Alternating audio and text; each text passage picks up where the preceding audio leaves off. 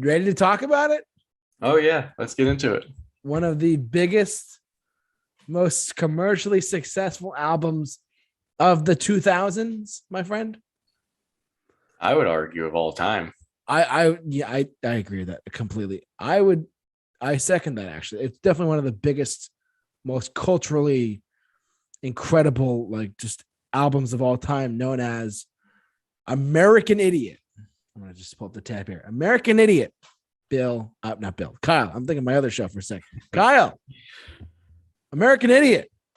Talk to me. This was the album that did it for me. This was the album that not only got me into the band, but also got me really into music in general. As pretty much everyone that knows me knows, music is a massive part of my life. This is the album that did that.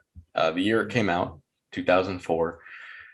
I remember I was at a daycare at the time, and my buddy brings in a CD player, and he's like, "You gotta check out this CD that I just got."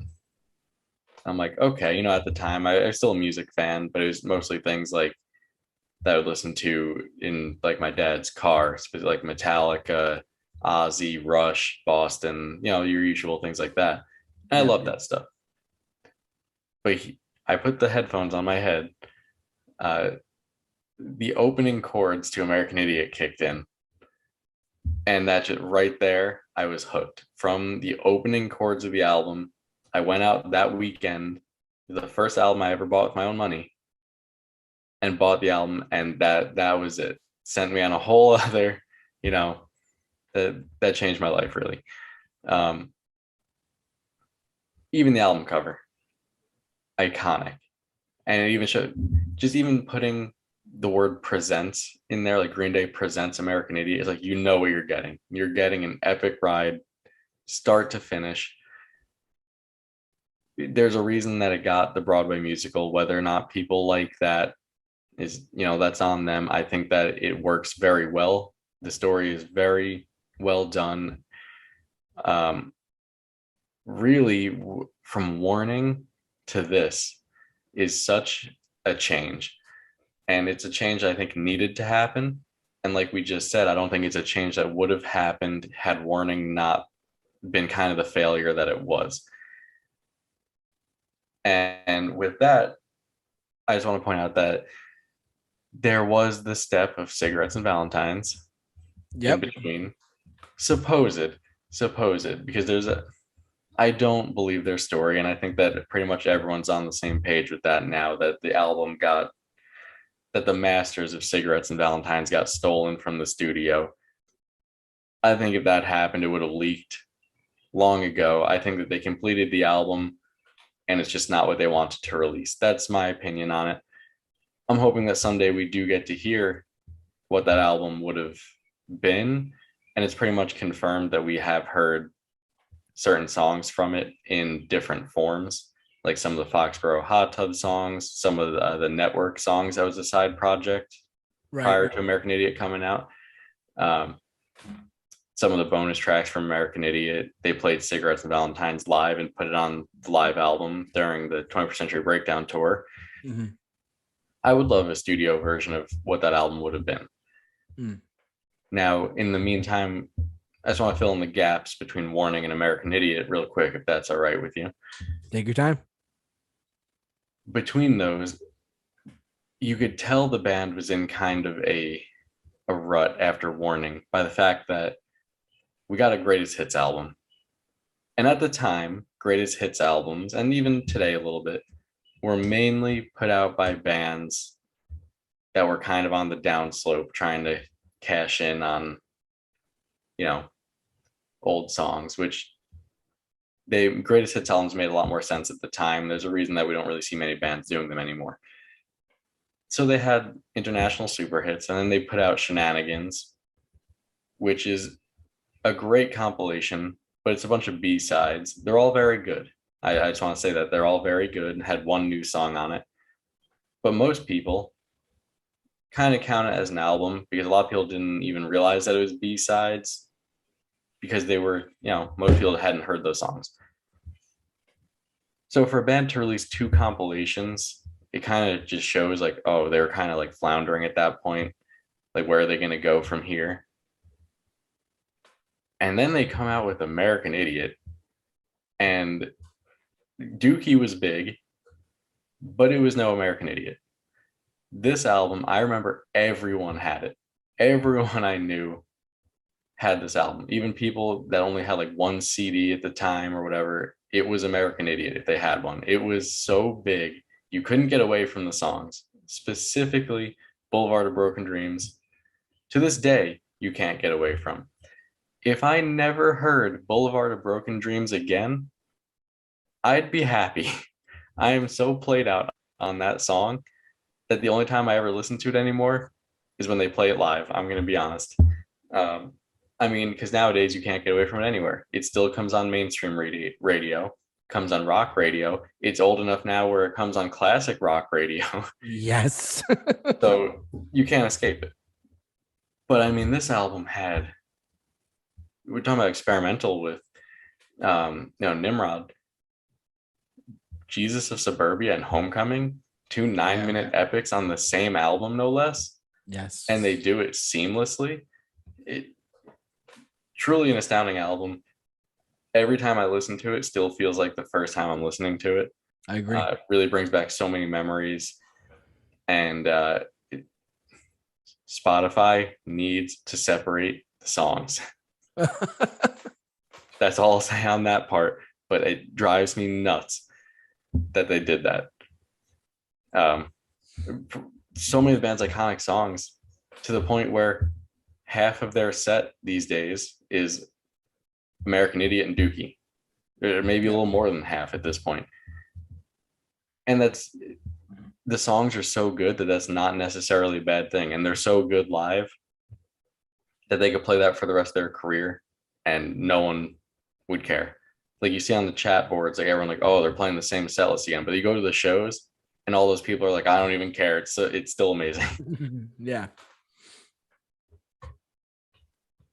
So I'll let you take your turn on that one now. Just gotta get that out there. I love this album. Brings back so many childhood memories. It's absolutely iconic. And I do just want to say, when I talk about Homecoming and Jesus of Suburbia, Homecoming gets overshadowed so much by Jesus of Suburbia. Yes. Maybe for, good reason, but I think that Homecoming is a absolutely incredible song. I actually slightly prefer it, just ever so slightly. But man, what an album to come back with, and not only be relevant, like not only have a hit album, but have had 2 hit albums and be massive in 2 separate decades is a feat that hardly any bands do. Yeah. And Green Day is one of the few. It's hard to follow up with that. It's hard to follow up everything that Kyle has just said and then some. I mean, but what can you say about this album? Everything from the album artwork to the story, through like the hit singles, to the first single, which was the title track, American Idiot. And it was like, oh, Green Day's back. What, Yeah, and what a song to come back with. Yes. I mean, at the time, you gotta remember, like, at the time, no one was making like political protest songs. Like, it was a frowned upon thing, and people that did do it a lot of times would get kind of shunned, like, hey, we don't do this. So the fact that they were like, you know what, screw it, we're coming back with an entire album that's essentially like a protest album for the time. Of the time, yeah. And went massive with it. It's astounding. It's like, if you look back prior to September 21st, 2004, which is when the album came out. If you look before it, you say, what? American Idiot is the first single. And I hear it's going to be great. And it's heavily politicized as well about whatever. You in my mind, I'm like, how are they going to do that? How is this album going to work? And then sure enough, boom, there it is. They hit a grand slam, to use baseball terms, with this record. They stole the show that needed to be stolen. Like, and let's not forget, American Idiot, it was their first Hot 100 hit too. I don't know if you knew that, but like all the other radio hits were not Hot 100 hits. I don't know if you ever knew that. I did not know that. That's actually pretty shocking. So like Good Riddance wasn't all like, not Hot 100, it was just regular airplay. Regular airplay. Brain Stew, Best in Case, those all top the hot rock charts, but that was it. This was their first American Idiot. The single was their first mainstream Hot 100 hit, and then Holiday hit the charts. Wake Me Up with September Ends, we'll get to in a second. And the Boulevard of Broken Dreams won like Grammy Record of the Year. I mean, I know I agree with you. It is played out a little bit, yes, but like it's still, when you listen to it though, it still sounds fresh. Yes. And in 100 years, when Green Day is sadly not with us anymore, they're still going to be having these songs played on the radio. Yes, they're timeless songs, and Rob Cavallo's production on it. Yes, I mean, the guy's a genius. It's really, you can't speak highly enough about Rob Cavallo and his production skills. I think he really brings out the best in the band. And I don't know if you have seen, but they're essentially confirmed that they're working with him again on whatever they have coming up, which I am psyched for, because I think he is the producer for the band. I agree with that. I mean, 1972, hint, hint, nudge, nudge. Mm-hmm. It's been 50 years coming. Anyways, I digress. So let's get into the track listing, shall we? For American Idiot. Because, I mean, Kyle has said enough about this record, and I've said my share. But did I tell you this guy was good? American Idiot. Jesus of Suburbia. Broken into 5 parts called Jesus of Suburbia, City of the Damned, I Don't Care, Dearly Beloved, Tales of Another Broken Home. 9-minute song broken into the 5 parts broken into one song. Incredible too. Holiday, Boulevard of Broken Dreams, Are We the Waiting, Saint Jimmy, Give Me Novocaine, She's a Rebel, Extraordinary Girl, Letter Bomb, I want to get to that in a second too, Wake Me Up When September Ends, and Homecoming, which is broken up into 5 different parts as well. The Death of Saint Jimmy, East 12th Street, Nobody Likes You, Rock and Roll Girlfriend, We're Coming Home Again, and What's Her Name? Damn, what a track listing. Yeah. I honestly can't say that I have any specific high points of the album.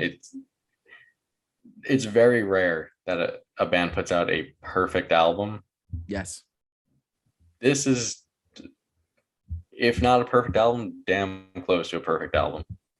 I agree 100%, without a doubt. And one thing that I love about Green Day, with American Idiot and 21st Century Breakdown, they did it to some extent with Revolution Radio. We'll get that when we get there, but it tells a story. It tells a narrative of a character, the Jesus of Suburbia, and he goes. This what they you got. I think I don't know if you knew this, but like they listen to Broadway musicals. They listen to Tommy by the Who. They listen to Quadrophenia by the Who. They listen to a lot of U2 as well. If you heard that as well, just to experiment with different sounds, different storytelling, different narrative to make this album what it is today. And I am glad they did. Absolutely. The only song though that does not coincide with the story, and I feel like they were looking for a hit single, truthfully, with it, but it's a very sad, true story of "Wake Me Up When September Ends." Yeah. Because for those who don't know, and as great as memes are, that meme is not right in my opinion. It's about Billy's dad and how he died when he was like 10, and and whatnot, and it's just that's a more serious matter. It's not really like Wake Me Up When September Ends. It's not a meme. It should be recognized as something symbolic of his life, truthfully. So yeah, and like you said, it is the one song that doesn't really fit the theme of the album. I mean, you can kind of twist it to make it fit in certain ways. I think the music video did a very good job of doing that, having it be like a guy going off to war and like following September 11th. Mm, Um, but yeah, really, the song is about his dad. I mean, there have been times where he's like choked up on stage about it, yeah. and it recently made a live comeback. It was taken off at least in full for a couple of years that they didn't play the full song. Occasionally, he would do like the acoustic part, but it's a great song. Really, really iconic, great hit, and yeah, like you said, the memes. There, I'm sure he's not a big fan of that meme. He even said, "quote I'm gonna write an album. What is it? I'm gonna write a song called "What Shut the Fuck When Shut the Fuck Up When October Begins" or Yeah, whatever, like word for word. He's tired. He's tired of it because it's about his dad. and and even so, it's just a played out meme at this point. Like Unfortunately, yes. every year, the album is almost 20 years old. God, but yeah, almost 20 years old, and it's still going. And while we're talking about the songs in particular, Yeah. "What's Her Name" as an album closer, Yes. so good, and what a good way to wrap up the story too. Like not just a good not just good sonically and like songwriting wise, but such a good like wrap up to the album, being like just like a look back on everything. I agree, man. It's just a it's become such a staple of their live shows. A lot of the theatrical stuff they do live is based on this show. Is based on this album. Excuse me. I mean, it's a solid album. You know what? I wouldn't be surprised at 2024 rolls around. Who say they don't do a 20th anniversary tour? I'd be down for it as long as they play some other stuff too, because they'll have some time to fill. But I'd be Yes. 100% down for it. The other thing I want to point out, they did do that with Dookie at a couple shows Yeah. A couple years back. festivals. That was almost 10 years ago now they did those. But anyway, Jesus of Suburbia. That is still like the staple encore song of their set list. Yes. That's insane. The fact that a 9-minute song has been a live staple since 2004 Yeah. and is a hit every night with both like hardcore fans and just casual fans. That's nuts. That's absolutely insane. Like usually when you have bands that have songs like that and they're bigger songs, they're bands with relatively like what you would call like cult followings, like your prog bands, like Rush. Yep.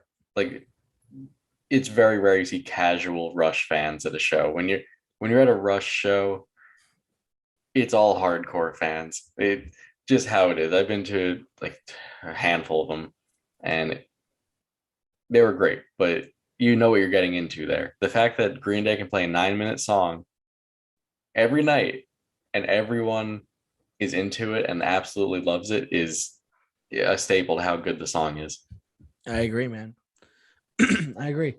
Was it? There's one thing I wanted to mention about. Oh man, what was it? Anyways, it's about like the actual like the American. You didn't see the American Idiot tour, did you? The like the actual tour or the Broadway show we're talking about. The tour in 2004 and five. No, I was still young at that point. Yeah, because you're So no, I missed that unfortunately. because I'm younger than you. I mean, that's no slur to you at all. I'm just letting you know. Yeah, So I get it, JT. I'm old, all right. it's all good. It's all good, buddy. Um, but I mean, if they did like an American Idiot like 20th anniversary tour in 2024, I mean that'd be crazy as well. Like, because it'd be 20 years since the album came out, they just play the whole thing from start to finish. Dude, you have my money. So that'd be cool. Um, Overall, Stone Cold classic, one of the greatest albums of the decade of the 2000s in general. Still holds up. Still is an incredible album from start to finish. Sounds fresh as can be. Can't believe we're gonna do this. Where does this rank amongst your Green Day albums? I'm actually kind of scared, but All right. Well, after everything I said about it, oh no. um, well, no. So I also we were talking about eras and warning. I just want to say that Yeah. reinvention wise, not only their sound got reinvented, their entire image was reinvented at this point. Yes. When you look Yes. at American Idiot onwards versus the 90s Green Day and even like 2000 with Warning, it's like a completely different band in a way. Um, but with all the love that I gave this album, isn't it obvious where I put this, JT? Number two. Well, I know. I hate to say this, but I kind of knew that based on where we're going. But Yep. I don't blame you. It is one of when I feel like when people think of Green Day, they might actually think of American Idiot more than Dookie, truthfully. Probably almost assuredly at this point, the younger At, fans anyway. at this point, like the kids who are like, oh, what's that song? Like, yeah, September ends, whatever, right? Or Sugar, we're going down at this point, right? Like that's old too. If we forget how old that is. Mhm. But you're gonna think I'm crazy, and I think this is where I don't know if I don't know if you would think this of me. Full disclosure, Kyle, this is my number one. I'm not surprised. I would say it's most people's number one. I would say it's Okay. like 80 to 90% of people's number one. Okay.